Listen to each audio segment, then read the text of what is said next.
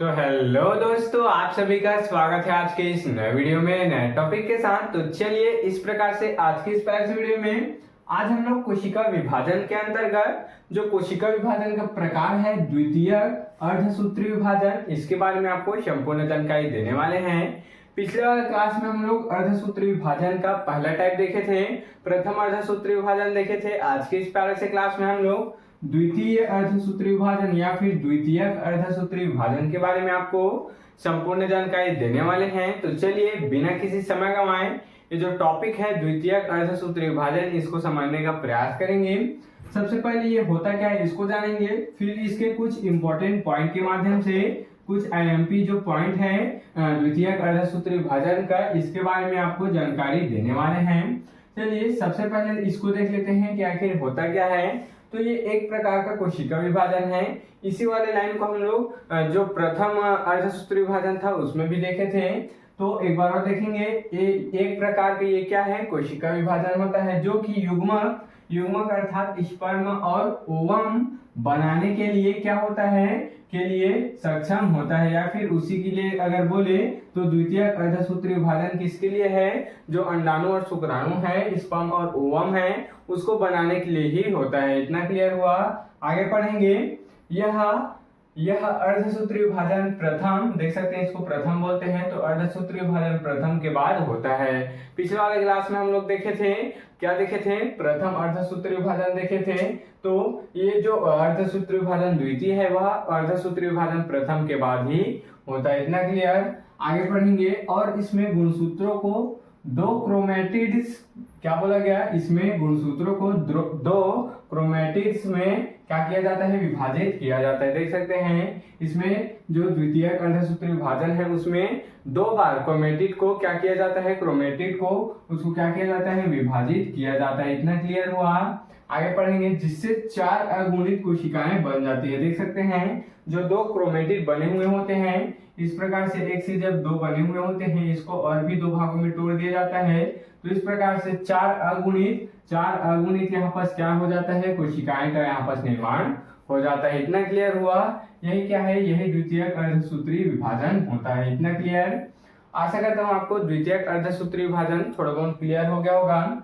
अगर आपको समझ में नहीं आया तो आप इतना याद रखिएगा कि ये एक प्रकार का क्या है, कोशिका विभाजन की प्रक्रिया है, सेल डिवीजन की प्रक्रिया है, जो कि युग्मकों के निर्माण में सहायता करती है। युग्मक अर्थात क्या हो गया, अंडाणु और शुक्राणु, शुक्राणु और अंडाणु। इतना क्लियर। फिर आगे पढ़ेंगे, यह अर्धसूत्री विभाजन प्रथम के बाद आता है। इतना तो आप लिख ही सकते हैं। फिर आगे लिखेंगे, आगे क्या लिखेंगे, जो द्वितीयक अर्धसूत्री विभाजन है इसमें गुणसूत्र, इसके गुणसूत्रों में जो क्रोमेटिड्स हैं वह क्या हो जाता है, विभाजित हो जाता है। क्या हो जाता है, दो भागों में विभाजित हो जाता है। इतना क्लियर। चलिए अब हम लोग इसके कुछ इंपॉर्टेंट पॉइंट है इसको समझने का प्रयास करेंगे। तो सबसे पहला, यह अर्धसूत्री विभाजन फर्स्ट के समान है। तो ये तो समान ही है, इतना क्लियर है। अर्धसूत्री विभाजन सेकंड समसूत्री विभाजन के समान होता है। समसूत्री विभाजन की क्या होता है, समान होता है, जिसमें गुणसूत्र दो भागों में बंटकर कोशिका के विपरीत ध्रुव में चले जाते हैं। क्या होता था, जो समसूत्री विभाजन है, माइटोसिस डिवीजन है, इसमें क्या होता था, इस प्रकार से कोशिका और उसमें केंद्रक, उसके बाद अगले स्टेज में क्या हो जाता था, जो कोशिका है उसका केंद्रक इस प्रकार से बढ़ जाता था। फिर अगले स्टेज में इस प्रकार से क्या हो रहा था, इस प्रकार से दो अलग कोशिका का निर्माण हो रहा था, जो कि अलग अलग भागों में बढ़ जाता है, इस प्रकार से कट लग कर। इतना क्लियर। उसी को बोला गया है कि अर्धसूत्री विभाजन द्वितीय समसूत्री विभाजन के समान ही होता है, जिसमें गुणसूत्र दो भागों में बांटकर कोशिका के विपरीत ध्रुव में चले जाते हैं। इसमें भी बढ़ जाते हैं और इसमें भी देख सकते हैं बढ़ रहा है। इतना क्लियर। चलिए अगला पॉइंट देखेंगे, अगला है युग्मक निर्माण। युग्मक निर्माण अर्थात यही हो गया अपना स्पर्म और ओवम।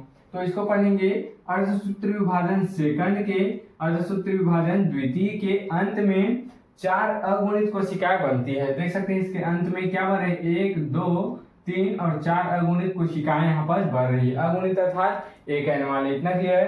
23 वाले, 23 गुणसूत्र वाले। इतना क्लियर। जो युग्मक अर्थात ओवम और स्पर्म होते हैं, ये क्या होते हैं, युग्मक होते हैं, ये अंडाणु और शुक्राणु ही होते हैं। ये कोशिकाएं आनुवंशिक रूप से भिन्न होती है। ये जो कोशिकाएं हैं शुक्राणु और अंडाणु आपस में आनुवंशिक रूप से भिन्न होते हैं, अलग अलग होते हैं, और इनमें जनक कोशिका के आधे गुणसूत्र होते हैं। इनमें क्या होते हैं? जनक कोशिका। जनक कोशिका कौन हो गया? ये हमारा हो गया, ये हमारा हो गया, देख सकते हैं ये क्या है? जनक कोशिका है। इसके जस्ट आधे अर्थात इसमें क्या रह जाते हैं? 23 अर्थात एक एन यहाँ बस रह जाते हैं। इतना क्लियर हुआ? उसी को बोला गया है इनमें जनक कोशिका के आधे गुणसूत्र होते हैं या फिर रह जाते हैं।